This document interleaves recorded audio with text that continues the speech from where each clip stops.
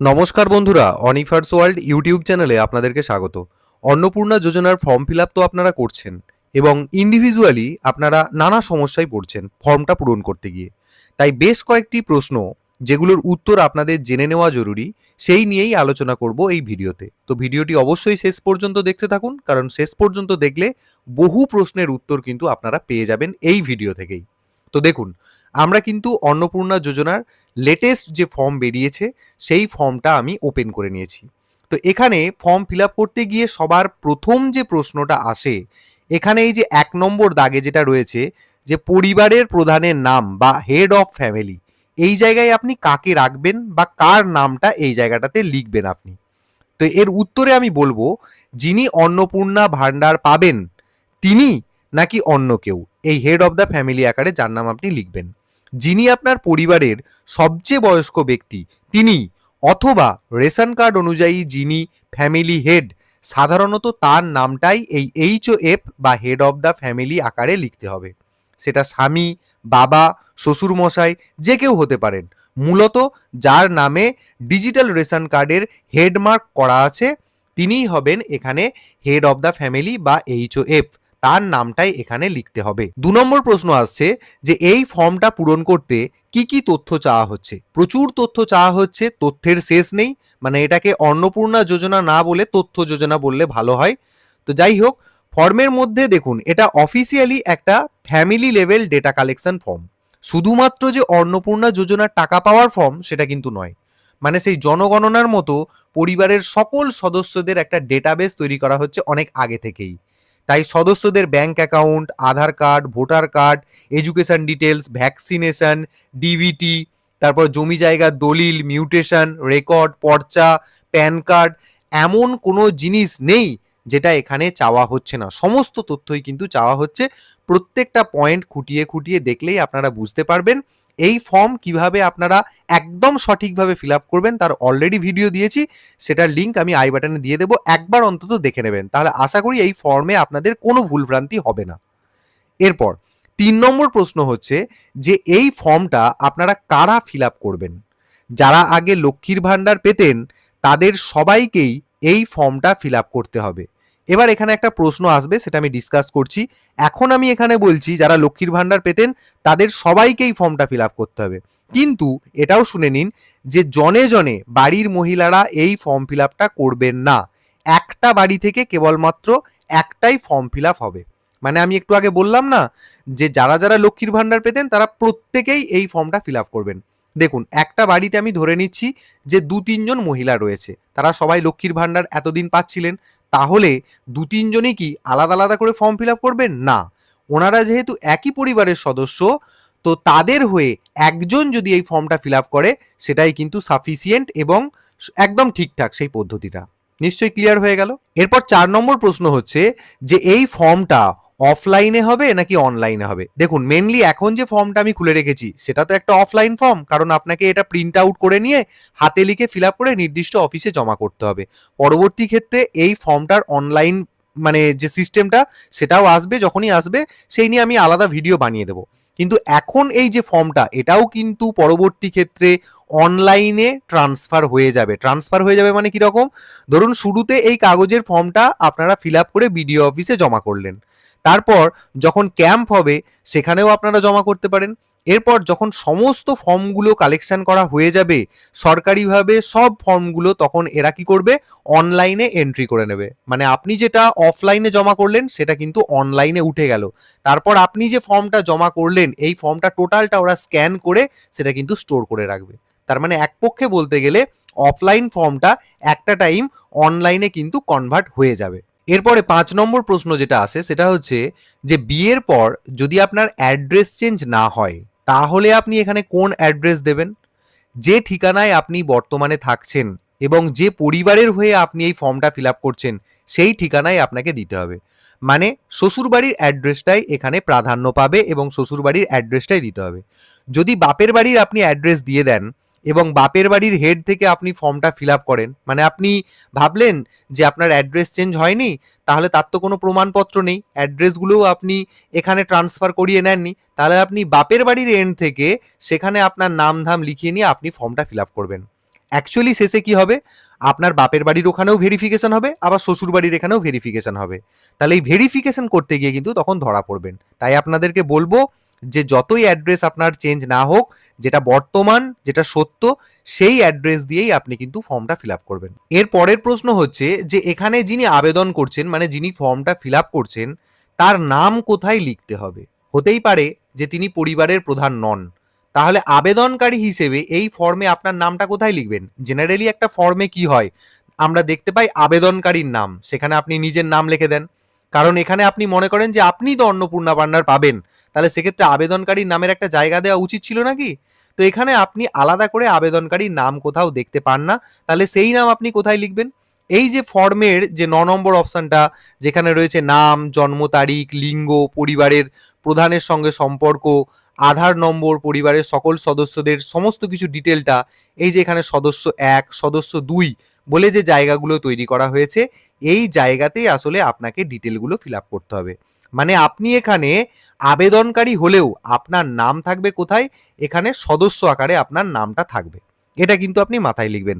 আলাদা করে যেহেতু কলাম দেওয়া হয়নি অ্যাপ্লিক্যান্ট হিসেবে বা বেনিফিশিয়ারি হিসেবে বা আবেদনকারী হিসেবে, সেহেতু আপনাকে সদস্য হিসেবেই এখানে আপনার ডিটেলটা, নাম, জন্ম তারিখ, জেন্ডার, পরিবারের প্রধানের সঙ্গে সম্পর্ক, আধার নম্বর ইত্যাদি দিয়ে ফিল আপ করতে হবে। তাই এই জায়গাটা কিন্তু কেউ কনফিউজ হবেন না, আলাদা করে কোনো বেনিফিশিয়ারি নেম বা আবেদনকারীর নেমের কোনো কলাম দেওয়া হয়নি বলে। এরপর 7 নম্বর প্রশ্ন হচ্ছে যে ফর্মের শেষে যে জায়গাটাতে আবেদনকারীকে স্বাক্ষর করতে বলা হয়, এই যে স্বাক্ষরের জায়গাটা দেখতে পাচ্ছেন, এই স্বাক্ষর যেখানটায় করতে হয়, এখানটায় আসলে কে সই করবেন? যিনি অ্যাপ্লিক্যান্ট তিনি সই করবেন, নাকি বাড়ির যিনি হেড অফ দ্য ফ্যামিলি তিনি সই করবেন? দেখুন, ফর্মের এই যে ডিক্লারেশন পার্টটাতে বা কনসেন্ট পার্টটাতে, এই সেকশনটাতে সাধারণত যিনি আপনার বাড়ির প্রধান, HOF বা হেড অফ দ্য ফ্যামিলি, তিনিই কিন্তু এই জায়গাটাতে সই করবেন। সই না করতে পারলে তিনি কিন্তু এখানে বাম হাতের বুড়ো আঙুলের ছাপ দিতে পারেন।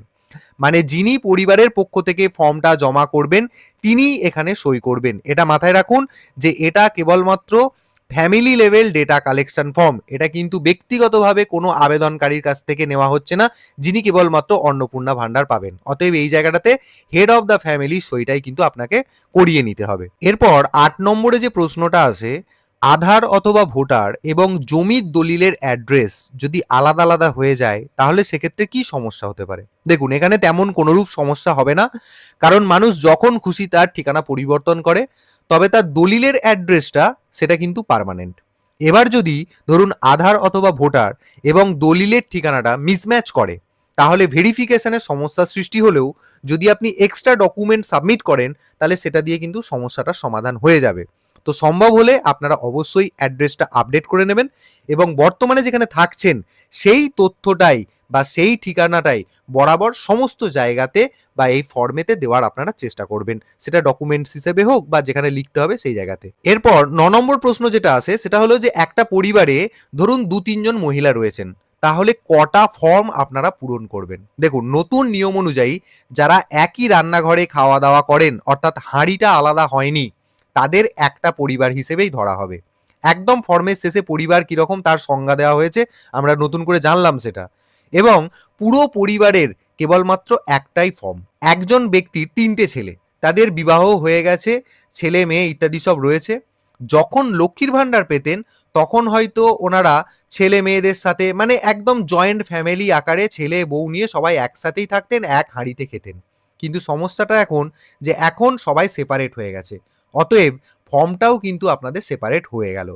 তাই বলে আপনারা যে সেই সময় HOF হিসেবে বা হেড অফ দ্য ফ্যামিলি হিসেবে যাকে দেখতেন, মানে শ্বশুর মশাইকে দেখতেন ধরে নিচ্ছি, তাহলে তার নামটা লিখবেন, সেটা কিন্তু কখনোই করবেন না। হেড অফ দ্য ফ্যামিলি আকারে তখন কিন্তু আপনাকে স্বামীর নামটা লিখতে হবে। পরিবার আলাদা হয়ে গেল, হাঁড়ি আলাদা হয়ে গেল, মানেই হেড অফ দ্য ফ্যামিলিটাও আলাদা হয়ে গেল। সম্মানের খাতিরে শ্বশুর মশাইকে হেড অফ দ্য ফ্যামিলি বানিয়ে দেবেন, সেটা কিন্তু মোটেও করবেন না। এরপর 10 নম্বর প্রশ্ন হচ্ছে যে ধরুন আপনাদের আধার এবং ভোটারের ঠিকানাটা সেটা আলাদা আলাদা হলো, কিন্তু কোনো অসুবিধা নেই এর জন্য, যেটা আপনার বর্তমান ঠিকানা আপনি সেটাই লিখবেন, তবে ডকুমেন্টের ঠিকানা সমস্ত কিছু আপনি খুব তাড়াতাড়ি আপডেট করে নেবেন। এরপর আপনারা দেখবেন এই ফর্মের একটা জায়গাতে ব্যাংকের তথ্য দেওয়ার কথা বলা হয়েছে এবং অ্যাকাউন্ট নাম্বার দেওয়ার কথা বলা হয়েছে এবং IFSC নাম্বার দেওয়ার কথা বলা হয়েছে। এই জায়গাটাতে আপনাদেরকে ব্যাংকিং ডিটেলসটা পুট করতে হয়। তো এখন প্রশ্ন হচ্ছে যে কোথাকার ব্যাংক অ্যাকাউন্ট দেবেন, এটা কিন্তু অনেকেই প্রশ্ন করছেন। শ্বশুর বাড়ির হোক বা বাপের বাড়ি, অ্যাকাউন্ট নিয়ে কিন্তু কোনো সমস্যা নেই, ঠিকানাটা আলাদা হলেও। অবশ্যই নিজের নামে অ্যাকাউন্টটা হতে হবে এবং সেই অ্যাকাউন্টে ডিবিটি লিঙ্ক থাকতে হবে। সেটা ব্যাংক হোক বা পোস্ট অফিস হোক বা সবের অ্যাকাউন্ট কিন্তু এখানে চলবে। মানে মূল কথা যেটা আমি বলতে চাইছি, ধরুন আপনার বিয়ের আগে একটা জায়গাতে ব্যাংক অ্যাকাউন্ট ছিল, আপনার বাপের বাড়ির অ্যাড্রেসে ব্যাংক অ্যাকাউন্ট ছিল, সেই ব্যাংক অ্যাকাউন্টটাতে আপনি লক্ষ্মীর ভান্ডার পেতেন। এখন আপনার বিবাহের পরে আপনি বাড়ি চলে এসেছেন, তো সেক্ষেত্রে আপনার ব্যাংকের অ্যাকাউন্টটাও বদল হয়নি, ব্যাংকের অ্যাড্রেসটাও বদল হয়নি। তো এখন প্রশ্ন আসবে, তাহলে আপনি এখন নতুন করে কি শ্বশুরবাড়ির অ্যাড্রেসে গিয়ে নতুন একটা ব্যাংক অ্যাকাউন্ট খুলবেন? সেটা আপনি করতে পারেন চাইলে, কোনো অসুবিধা নেই। কিন্তু আপনি যদি পুরাতন ব্যাংক অ্যাকাউন্ট, তাতে ঠিকানা পুরাতন থাকলেও আপনি সেই ব্যাংক অ্যাকাউন্ট নাম্বারটা এখানে দেবেন, সেই নিয়ে কিন্তু আপনার কোনো অসুবিধা নেই। নতুন করে আপনাকে অ্যাকাউন্ট খুলতে হবে এই ধরনের কোনো ইনস্ট্রাকশন কিন্তু এখানে বলা হয়নি। আচ্ছা, এবার একটা জায়গায় নিশ্চয়ই আপনারা লক্ষ্য করেছেন যে আপনাদেরকে এখানেতে যদি আপনাদের পরিবারের সদস্যদের প্যান কার্ড থাকে, সেই প্যান কার্ডের ডিটেলটা এই জায়গায় উল্লেখ করতে বলা হয়েছে। এখন প্রশ্নটা হচ্ছে যে এই প্যান কার্ডের ডিটেল কি দিতেই হবে? দেখুন, যদি আপনার প্যান কার্ড থেকে থাকে তাহলে সেটাকে কিন্তু আপনি এখানে এই প্যান নম্বরটা কিন্তু এই জায়গাটাতে আপনারা অবশ্যই বসিয়ে দেবেন। এখানে আপনাদেরকে একটা এক্সট্রা তথ্য দিই যে আইটি ফাইল আপনি করেন মানেই কিন্তু আপনি অন্নপূর্ণা ভান্ডারের টাকা কখনোই পাবেন না। অন্নপূর্ণা ভান্ডার বললে ভুল হবে, অন্নপূর্ণা যোজনার টাকা আপনারা পাবেন না। আইটি ফাইল করেন মানেই তাতে আপনার ইনকাম ট্যাক্স পড়ুক বা না পড়ুক, সেটা কিন্তু আজকে ঘোষণা হয়েছে, ভালো করে একটু ভিডিও দেখবেন।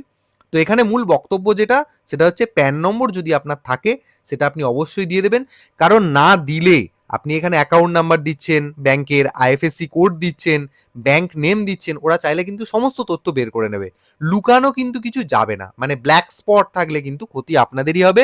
অতএব যদি আপনার প্যান নম্বর দিয়ে দেন তাহলে সেটা কিন্তু আপনার জন্যই ভালো। আপনারা হয়তো এখানে একটা কলাম লক্ষ্য করবেন এই 5 নম্বর পয়েন্টে, দেখুন এখানে ডিজিটাল রেশন কার্ডের পারিবারিক আইডি যদি থেকে থাকে, এটা কিন্তু অ্যাকচুয়ালি আপনাদের কাছে থাকার কথা নয়, এটা অনলাইনে খুঁজে বের করতে হয়।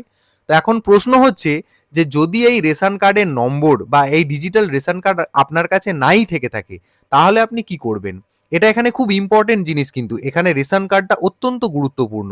তাই ডিজিটাল কার্ড আপনার কাছে যদি নাও থেকে থাকে, পুরাতন কার্ডের নম্বর কিন্তু আপনি এখানে লিখে দেবেন, সেটাই আপনার পক্ষে কিন্তু ঠিকঠাক হবে। তবে এটা নিয়ে বিভিন্ন গাইডলাইন আমাদের দরকার ছিল, যেটা এখনো দেওয়া হয়নি। সঠিক গাইডলাইন পাওয়ার জন্য আপনাকে এই জায়গাটার জন্য মানে পার্টিকুলারলি একটু অপেক্ষা করতে হবে। যদি একান্তই আপনার কাছে কোনো কিছুই না থাকে তাহলে আপনি সিম্পলি ফাঁকা রেখে দেবেন। এরপরের যে প্রশ্নটা আসে, আপনি এখানে পরিবারের প্রধান হিসেবে যাকে রাখলেন, অর্থাৎ এইচওএফ যাকে বলা হচ্ছে আর কি, তিনি যদি মারা যান তাহলে সেক্ষেত্রে কি হবে বা আপনি এখানে কি লিখবেন? এইচওএফ বা স্বামী যদি মারা যায় তাহলে আপনি কি লিখবেন? পরিবারের প্রধান তো সারা জীবন প্রধান থাকতে পারেন না, তাই মারা যদি যান, উনি মারা গেলে বর্তমানে যিনি পরিবারের দায়িত্বে রয়েছেন, অর্থাৎ বর্তমানে যিনি পরিবারের সবচেয়ে বয়োজ্যেষ্ঠ ব্যক্তি, তাকেই আপনাকে এখানে এইচওএফ হিসেবে উল্লেখ করতে হবে, অর্থাৎ হেড অফ দ্য ফ্যামিলি হিসেবে উল্লেখ করবেন।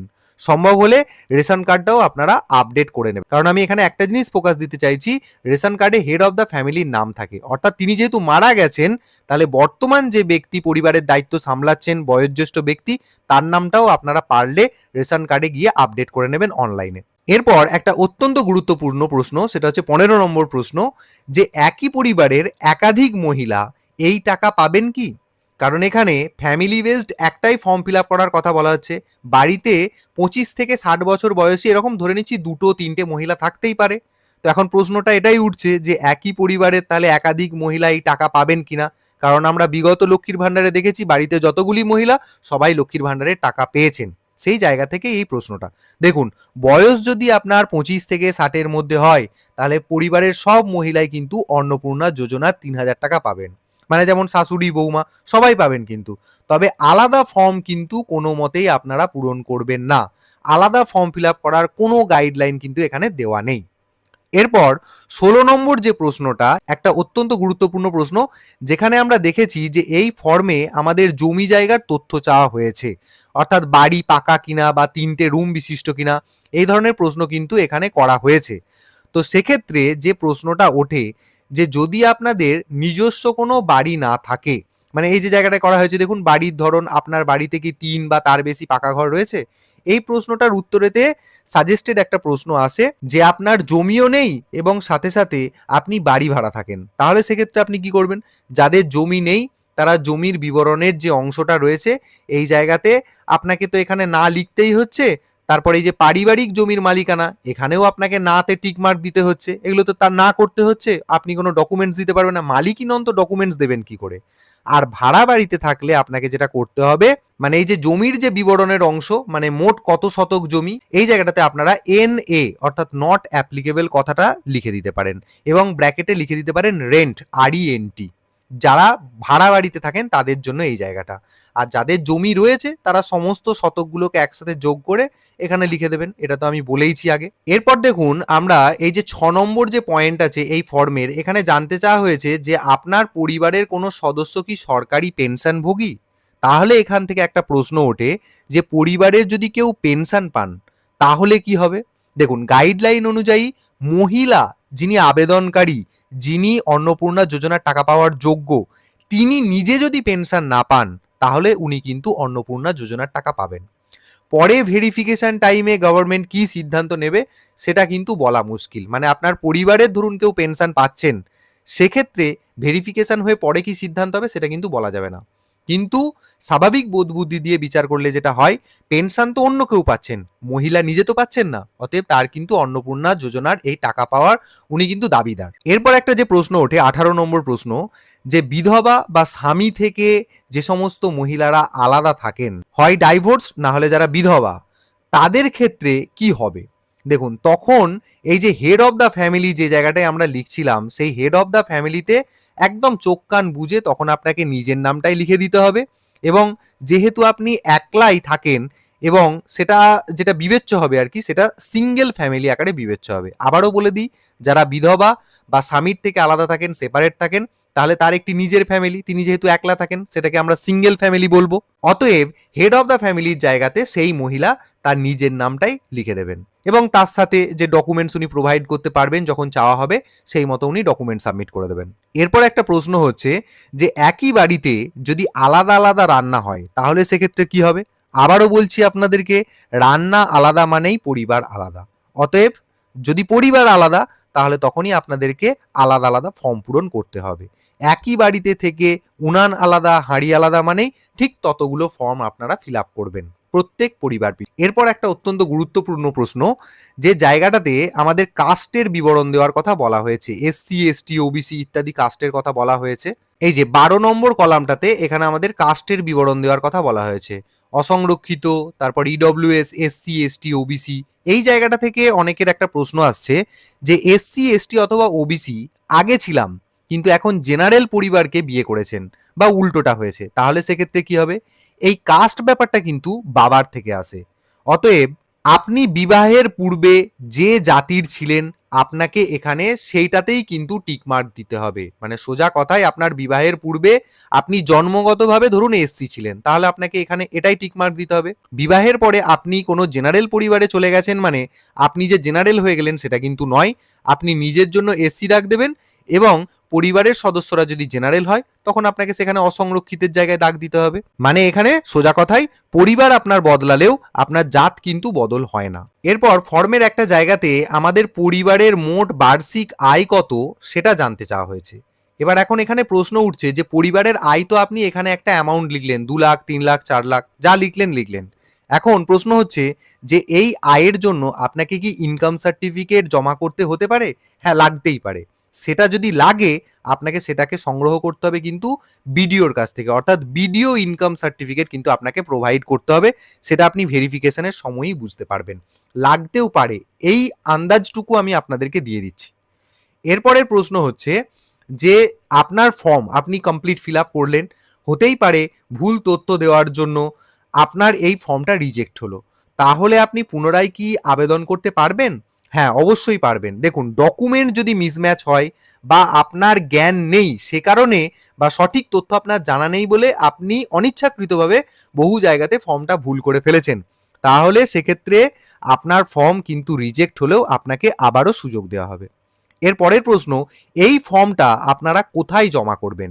স্থানীয় ক্যাম্প, অথবা বিডিও অফিস, পৌরসভা বা যে নির্দিষ্ট কালেকশন সেন্টারগুলো করা হবে সেখানেই আপনারা জমা করবেন। তবে সরকারিভাবে কিন্তু পরিষ্কারভাবে এটা কিন্তু এখনো বলা নেই। কোথা থেকে ডিস্ট্রিবিউট হবে সেটা কিন্তু বলা আছে হালকা করে হলেও, কিন্তু কোথায় জমা করা হবে সেটা বলা নেই। তো অভিজ্ঞতা থেকে এখানে বলছি, যেখান থেকে ফর্ম দেওয়ার কথা উল্লেখ করা হয়েছে সেখানেই কিন্তু ফর্ম জমা হওয়ার কথা।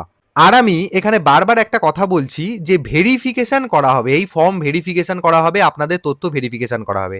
তাহলে এই ভেরিফিকেশন করার জন্য বাড়িতে কি লোক আসবে?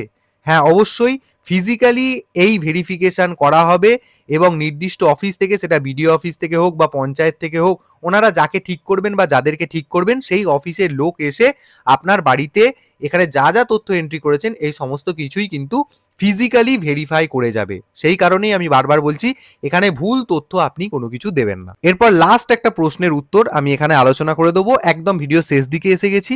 ধরুন যদি বাবার নামে বাড়ি বা দাদু ঠাকুমার নামে বাড়ি, সেই বাড়িতে আপনারা থাকেন, মানে প্রপার্টিটা আপনাদের নামে নেই, হয় বাবার নামে কেনা রয়েছে, না হলে বাড়ির দাদুর নামে রয়েছে, ঠাকুমার নামে রয়েছে, তারা হয়তো মারা গেছেন, এরকমটা হয়েছে, বর্তমানে আপনারা সেই বাড়িটাতে বসবাস করছেন।